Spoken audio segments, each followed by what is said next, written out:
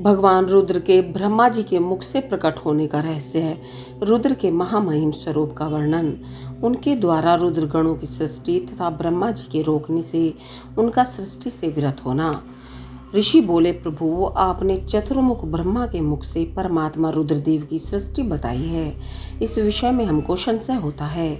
जो प्रलय काल में कुपित होकर ब्रह्मा विष्णु और अग्नि सहित समस्त लोक का संहार कर डालते हैं, जिन्हें ब्रह्मा और विष्णु भय से प्रणाम करते हैं, जिन लोक संहारकारी महेश्वर के वश में वे दोनों सदा ही रहते हैं, जिन महादेव जी ने पूर्व काल में ब्रह्मा और विष्णु को अपने शरीर से प्रकट किया था, जो प्रभु सदा ही उन दोनों के योग क्षेम का निर्वाह करने वाले हैं, वे आदि देव पुरातन पुरुष भगवान रुद्र अव्यक्त जन्मा ब्रह्मा के पुत्र कैसे हो गए।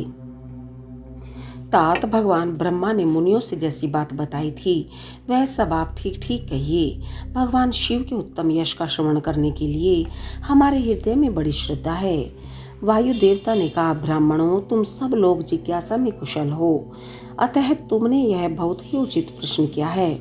मैंने भी पूर्व काल में पितामह ब्रह्मा जी के समक्ष यही प्रश्न रखा था। उसके उत्तर में पितामह ने मुझसे जो कुछ कहा था वही मैं तुम्हें बताऊंगा। जैसे रुद्रदेव उत्पन्न हुए और फिर जिस प्रकार ब्रह्मा और विष्णु की परस्पर उत्पत्ति हुई, वह सब विषय सुना रहा हूँ। ब्रह्मा विष्णु और रुद्र तीनों ही कारणात्मा हैं।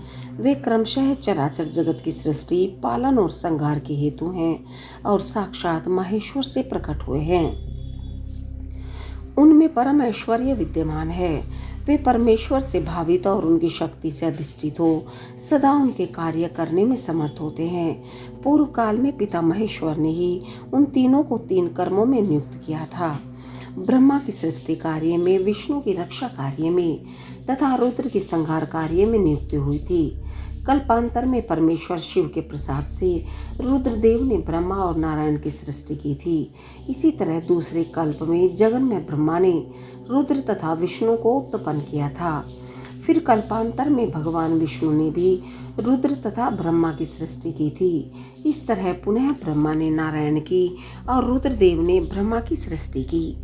इस प्रकार विभिन्न कल्पों में ब्रह्मा विष्णु और महेश्वर परस्पर उत्पन्न होते और एक दूसरे का हित चाहते हैं। उन कल्पों के वृतांत को लेकर महर्षिगण उनके प्रभाव का वर्णन किया करते हैं। प्रत्येक कल्प में भगवान रुद्र के आविर्भाव का जो कारण है उसे बता रहा हूँ। उन्हीं के प्रादुर्भाव से ब्रह्मा जी की सृष्टि का प्रवाह अविच्छिन्न रूप से चलता रहता है।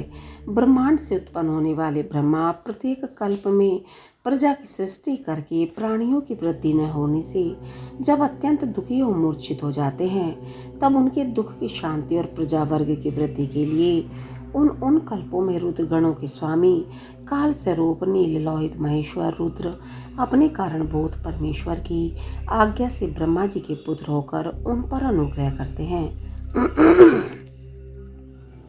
वे ही तेजो राशि, अनामय, अनादि, अनंत, धाता, भूत संहारक और सर्वव्यापी भगवान ईश परम ऐश्वर्य से संयुक्त परमेश्वर से भावित और सदा उन्हीं की शक्ति से अधिष्ठित हो उन्हीं के चिन्ह धारण करते हैं।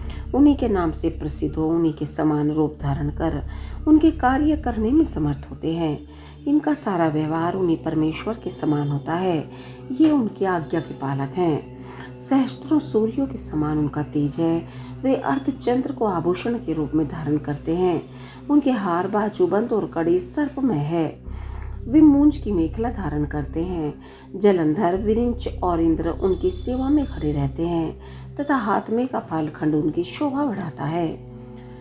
गंगा की ऊंची तरंगों से उनके पिंगल वर्ण वाले केश और मुख भीगे रहते हैं। उनके कमनीय कैलाश पर्वत के विभिन्न प्रांत टूटी हुई दाढ़ वाले सिंह आदि वन्य पशुओं से आक्रांत हैं। उनके बाएं कानों के पास गोलाकार कुंडल झिलमिलाता रहता है। वे महान वृषभ पर सवारी करते हैं। उनकी वाणी महान मेघ की गर्जना के समान गंभीर है। कांति प्रचंड अग्नि के समान उद्दीप्त है और बल पराक्रम भी महान है। इस प्रकार ब्रह्मपुत्र महेश्वर का विशाल रूप बड़ा भयानक है। वे ब्रह्मा जी को विज्ञान देकर सृष्टि कार्य में उनकी सहायता करते हैं। अतः रुद्र के कृपा प्रसाद से प्रत्येक कल्प में प्रजापति की प्रजा सृष्टि प्रवाह रूप से नित्य बनी रहती है। एक समय ब्रह्मा जी ने नील लोहित भगवान रुद्र से सृष्टि करने की प्रार्थना की। तब भगवान रुद्र ने मानसिक संकल्प के द्वारा बहुत से पुरुषों की सृष्टि की। वे सब के सब उनके अपने ही समान थे। सब ने जटाजूट धारण कर रखे थे। सभी निर्भय, नीलकंठ और त्रिनेत्र थे। जरा और मृत्यु उनके पास नहीं पहुंचने पाती थी। चमकीले शूल उनके श्रेष्ठ आयुध थे। उन रुद्र गणों ने संपूर्ण 14 भुवनों को आच्छादित कर लिया था।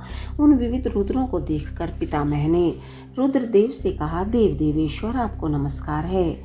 आप ऐसी प्रजाओं की सृष्टि न कीजिए, आपका कल्याण हो। आप दूसरी प्रजाओं की सृष्टि कीजिए जो मरण धर्म वाली हों। ब्रह्मा जी के ऐसा कहने पर परमेश्वर रुद्र उनसे हंसते हुए बोले, मेरी सृष्टि वैसी नहीं होगी। अशुभ प्रजाओं की सृष्टि तुम्हें करो। ब्रह्मा जी से ऐसा कहकर संपूर्ण भूतों के स्वामी भगवान रुद्र उन रुद्रगणों के साथ प्रजा की सृष्टि के कार्य से निवृत्त हो गए। ओम नमः शिवाय।